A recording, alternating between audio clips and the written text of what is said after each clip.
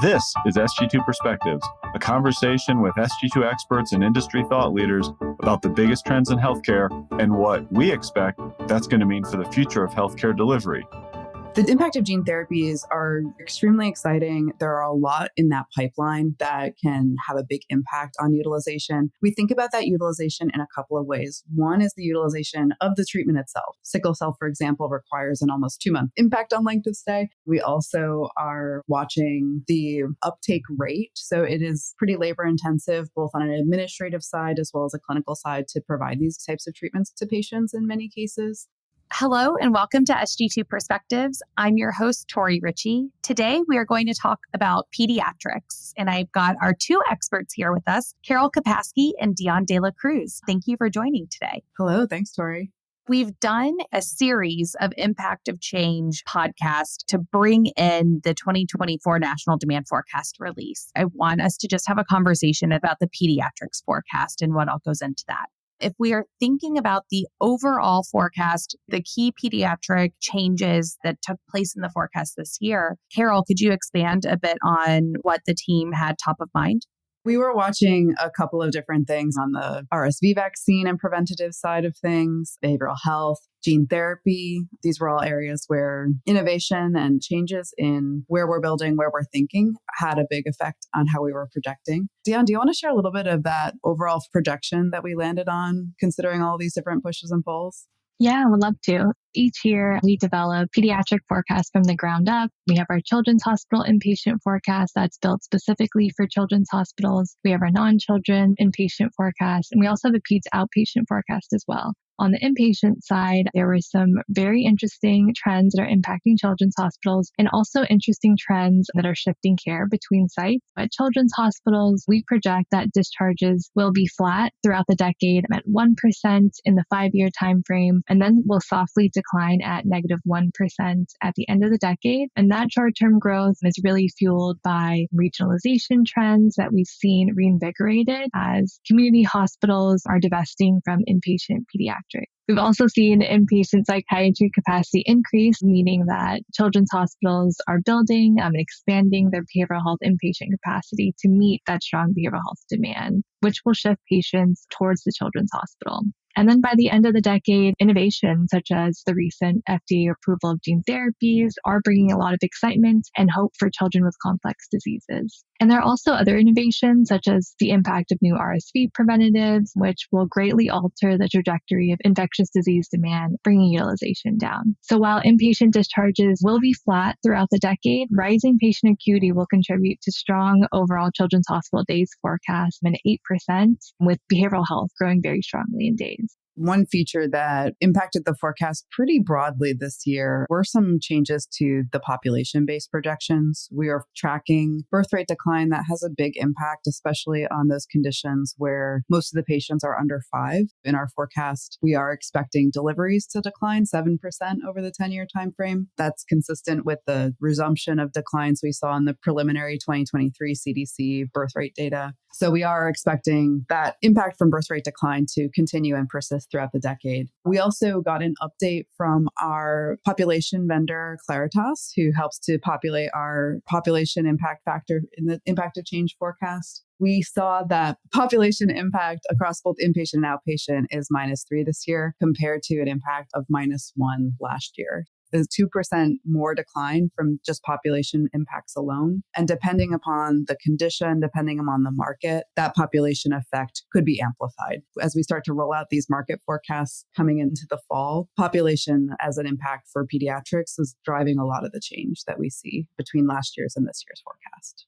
I think that is such an integral part of updating the forecast each year. When those population changes, even if it looks very modest from just the count of lives, if those change very substantially and impact the use rates, it creates a lot of unexpected downstream implications for the forecasting team. Is there work that you all have to do when you think about building the children's hospital forecast versus the non-children's hospital forecast? If you have big swings in population, do you then have to forecast those two things separately? Are you able to forecast them together? How do you approach tackling that problem-solving aspect? We break it down to better understand where the trends are by age. Behavioral health is actually a really good example because that is a population for the mental health condition specifically that skews very much to our older pediatric population, right? Our preteens and teen population. That's the area where we actually see some of the biggest projected declines in the most recent population forecasts. When we think about that behavioral health forecast, we have this shift in site of care, that movement from children's to non-children's, the big mental health crisis, the demand that we're anticipating there. But long term, we're going to see those population contractions in the segment of the population. So when we're thinking about how to balance the impact of rising epidemiology for mental health conditions, the shift in site of care, and also shift to outpatient, pairing that also with a population contraction, we do take all of those together. We'll think about each of those impact factors individually, but then when we bring them all together, ensure that the stories combined lead to a forecast that we think most accurately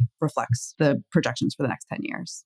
I want to expand a little bit on the behavioral health aspect of this. Dionne, you mentioned there's been an uptick in inpatient psychiatric beds available for the pediatric population. How then does that influence the ability for organizations to capture the demand? I know on the adult side, if you build it, they will come. If you build a psych tower, you're going to be full. Do we see similar trends on the pediatric side? Do you then have to have conversations with health systems about, given some of those population dynamics, are we going to be able to fill these beds long term? What are some of the strategic implications there? Yeah, so we do see a similar trend towards adults where if you build it, they will come. So at children's hospitals, we're projecting that inpatient discharges will grow strongly and will sustain throughout the decade at 24% at the end of the decade. Behavioral health is a big story in peds, especially as we've seen the peds mental health crisis really rise in the last few years. But that 24% growth is a result of the increased prevalence and severity of diseases that we've seen for behavioral health conditions for peds, but also the shift from shifting patients from non-children's hospitals over to these new children's hospital sites.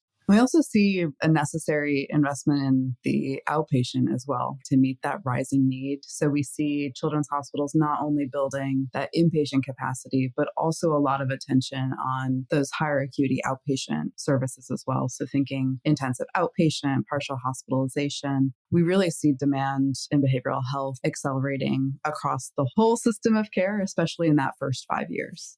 I want to shift us to some of the innovation stories that are in the forecast this year, starting with RSV. Dionne, could you walk us through a bit about, now that the RSV vaccine is available and on the market, how do you model uptake? I feel like there's been so much pushback in this post-COVID era where we've seen increased resistance perhaps to vaccines. Is that something that's considered in the model? What are some of your thoughts there? Our team has done some modeling for both RSV preventatives and the impact on utilization, so discharges and outpatient volumes. So within our forecast, we group RSV discharges within the bronchitis and upper respiratory care family. And we look at studies on vaccine efficacy, vaccine uptake, and we layer those factors into our model where we project that these new RSV preventatives will drive strong declines. Efficacy rate is a big feature of this, isolating the specific portion of the population that is impacted. So the vaccine is available to moms in those last few weeks of their pregnancy. The monoclonal is available to patients, I believe, younger than 24 months. So we wanted to focus in specifically on utilization for that under 2 population because they're likely to be the patients that have the biggest impact from these preventatives. So layering on eligible patient population, layering on some of the trends we're anticipating with vaccine and monoclonal efficacy, and then further projecting what type of vaccine uptake and monoclonal uptake do we expect these to mimic. And so we used for the vaccine models for what we see with flu vaccine. So thinking that it's a seasonal vaccine that moms will be getting on kind of a similar seasonal schedule. So what is the uptake for patients? I think it's about 50% is what we use as the target when we got to maximal adoption. And we really don't see a lot higher than 50% for most of those seasonal vaccines. For the monoclonal, we did do some modeling associated with new drug uptake because this is a new drug available on the market. So while there may not be some of the same concerns with vaccine hesitancy specifically for the monoclonal, we do still see a hesitancy for many parents who may not want their child to be among the first to get a new drug. We also modeled that reluctance to adopt or slow to adopt in the first few years of that forecast as another consideration. Are there any downstream implications to uptake of this vaccine in particular that you all have to account for?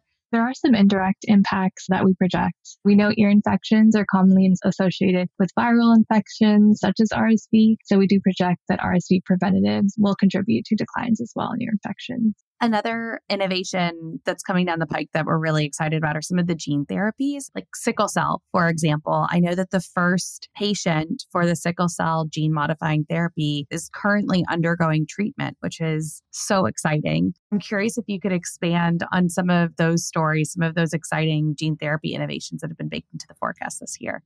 The impact of gene therapy is extremely exciting. There are a lot in that pipeline that can have a big impact on utilization. We think about that utilization in a couple of ways. One is the utilization of the treatment itself. Sickle cell, for example, requires an almost 2-month stay, so impact on length of stay. We also are watching the uptake rate. So it is pretty labor intensive, both on an administrative side as well as a clinical side, to provide these types of treatments to patients in many cases. What is that path to uptake? Are we going to see accelerated uptake? For sickle cell in particular, it's a pretty big population that is potentially eligible for one of the few sickle cell treatments that are available. That potential impact is pretty substantial, especially in the outer years of the forecast for both inpatient and outpatient utilization for patients with sickle cell. When we think about some of the other conditions that we're watching, we know that gene therapy pipeline is really big, and there are a lot of rare conditions that are also targeted by many of these therapies. For example, we're watching a couple that are captured within our inborn errors of metabolism care family, which includes a lot of our rare metabolic disorders that often are the result of a specific genetic mutation that a patient is experiencing.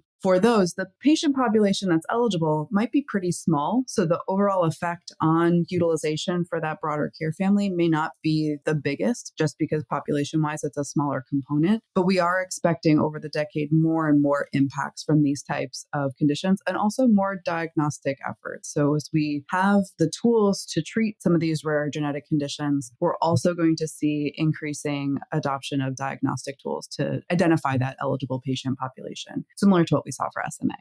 When you're building these demand projections for innovations like gene therapy, these are also incredibly resource intensive drugs to provide when you think about the workforce, but then also just the financial aspect of providing these treatments. Is that a factor that you have to think through when forecasting here? You kind of have to limit yourself to what's realistically going to scale? Yes, I think so. That is reflected in the slower pace of adoption in the earlier parts of the decade. We are pretty bullish that these types of challenges will ultimately be solved. There are too many drugs in the pipeline for us to not solve this problem efficiently and effectively. There will be easier paths to adoption over time, especially for some of those ones that are higher volume, like sickle cell. That being said, there are significant challenges now, and we see a lot of effort from children's hospitals, not only to ensure that there is that financial pieces in place, but also that we've got strong support for patients and their families, and that we're trying to make equitable decisions about which patients receive this treatment, knowing that it's difficult to access at this time.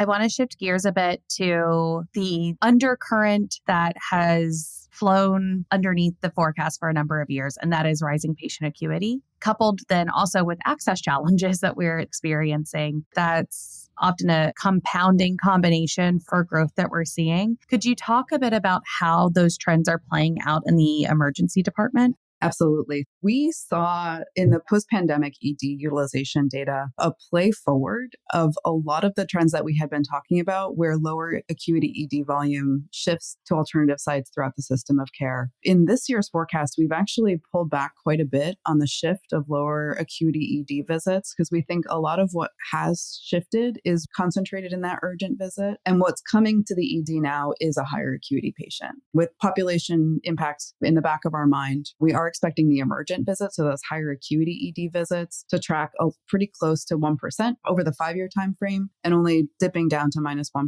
in the outer years. And so that'll lead to a much softer decline in the ED than we've had in previous years. That is going to be also paired with longer lengths of stay in the ED. And that's something that will then also contribute to that longer length of stay that we're expecting in the inpatient space. So there is this communication between the ED, where we're seeing fewer cases shifting out. We're seeing stronger growth in the emergent visit category. We're really concerned about comorbid behavioral health conditions. That's an area of research for us this year as well, and the impact that that has on emergency room utilization. Dionne, we've talked to a couple organizations patients now who have been really focusing on fitting their ED for that behavioral health population. Do you want to share a little bit about some of those examples we've been seeing?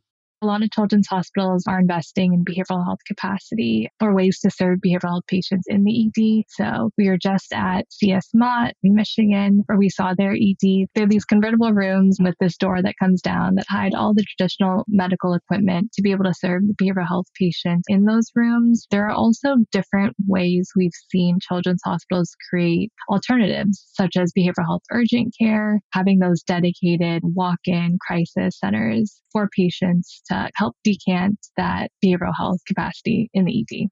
To sum it up there, we are seeing pediatric patients return to the ED, similar to what we saw in the adult historical data. Pediatric patients are coming back to the ED. A lot of those shifts to alternative sites have, in some cases, played out, and we are watching rising acuity in the ED, similar to what we see on the inpatient side, and absolutely behavioral health is a significant contributor there. Very cool. A funny part of our job is as soon as we finish one forecast, we basically begin work on the next one. With that in mind, what are you all tracking now that you're excited to expand upon when we ramp up for the 2025 refresh? Karyl, I'll kick it to you first. Thinking about what are some of those broader impacts of climate change. For a number of years now, we've had effects in our allergy and respiratory conditions, care families related to air pollution, air quality impacted by climate change. But I think we're working to expand and anticipate what might some of those other knock-on effects be. Paying close attention, seeing if we can find in the literature and track within our own data sets, what might be some of those other effects that organizations need to be anticipating and how that care pathway might be changing due to climate change going forward. Dionne, what about you? What's keeping you up at night? There's so much, it's hard to pick just one, but I'm very excited this year to research more about disruptors, private equity, venture capital, and really investing in peds. We've seen a lot of that investment concentrated in primary care, behavioral health, urgent care, for example. So those are some interesting investments that I'm looking forward to tracking this year. Karyl, Dionne, thank you so much for joining on today's podcast. It's so great to be able to talk specifically about pediatrics and learn more about the depth of research that you provide to this very important clinical area. For our listeners, be sure to tune into the Pediatrics webinar on July 17th. You can register at intel.sg2.com. Thank you. Thanks for listening. If you like this episode, please subscribe, rate, and review us, and/or follow us on Twitter and LinkedIn at Sg2 Healthcare.